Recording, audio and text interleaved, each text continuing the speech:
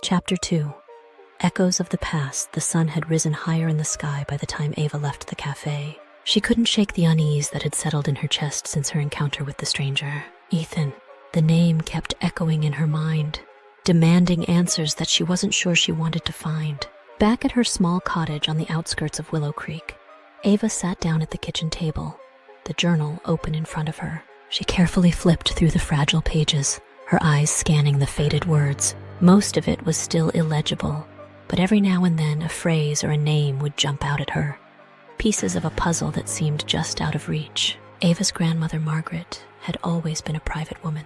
She rarely spoke of her past, and when she did, it was always in vague, wistful terms. Ava had always assumed that her grandmother's reluctance to share was simply a product of old age and fading memories. But now, as she stared at the journal, Ava wondered if there was something more, something her grandmother had wanted to protect her from. One particular entry caught Ava's attention.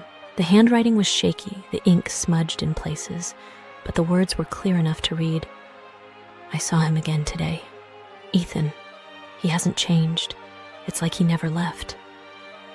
Ava's heart skipped a beat. She traced her finger over the words, her mind racing. Who was this Ethan? And why had her grandmother written about him as if he were a ghost from her past?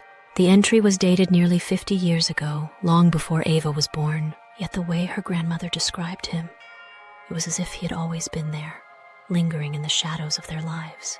Ava closed the journal, her fingers trembling slightly. She needed answers, and she knew there was only one person in Willow Creek who might have them.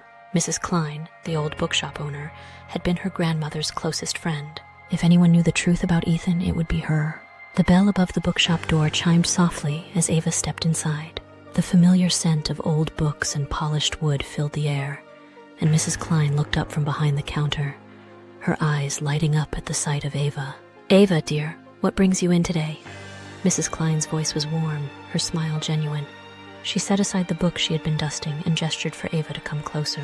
"I need to ask you something," Ava said, her voice quieter than she intended. She glanced around the shop, making sure they were alone. "It's about my grandmother. About Ethan." Mrs. Klein's smile faltered, her eyes narrowing slightly. For a moment she said nothing, her gaze searching Ava's face. Then, with a sigh, she gestured to the back of the shop. "Come with me, dear. This isn't a conversation for the front counter." Ava followed Mrs. Klein through a narrow doorway into a small, cluttered office. The older woman closed the door behind them, her expression grave. She motioned for Ava to sit, then took a seat across from her, folding her hands in her lap. "Ethan," Mrs. Klein said, her voice barely above a whisper. "I was wondering when you might come asking about him." Ava's pulse quickened.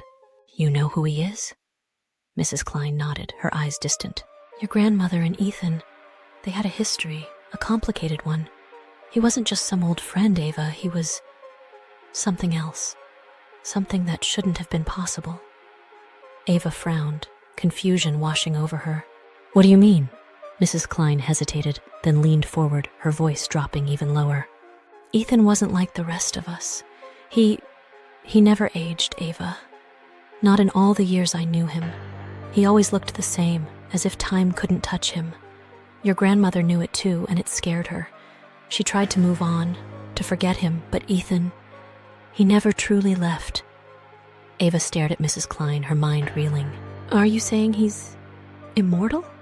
Mrs. Klein shook her head slowly. "I don't know what he is, dear. All I know is that he's dangerous. Your grandmother spent her whole life trying to protect you from him, and now it seems he's found you." Ava's breath caught in her throat. The stranger by the lake, the man in the cafe, Ethan. He had come back, and he was looking for something, or someone. "What does he want?" Ava asked, her voice barely a whisper. Mrs. Klein's eyes were filled with sadness. "I wish I knew, Ava. But whatever it is, you need to be careful. Ethan has a way of getting into your head, of making you see things that aren't real. Your grandmother knew that better than anyone." Ava nodded, her mind a whirlwind of questions and fears. She had to find out the truth about her grandmother, about Ethan, and about the strange connection that seemed to bind them all together. And she had to do it before it was too late. End of Chapter 2. The mystery deepens as Ava learns more about her grandmother's past and the enigmatic Ethan. With Mrs. Klein's warning echoing in her mind, Ava must decide how far she's willing to go to uncover the truth. Stay tuned to unravel the mystery next Friday and Sunday. Arigato.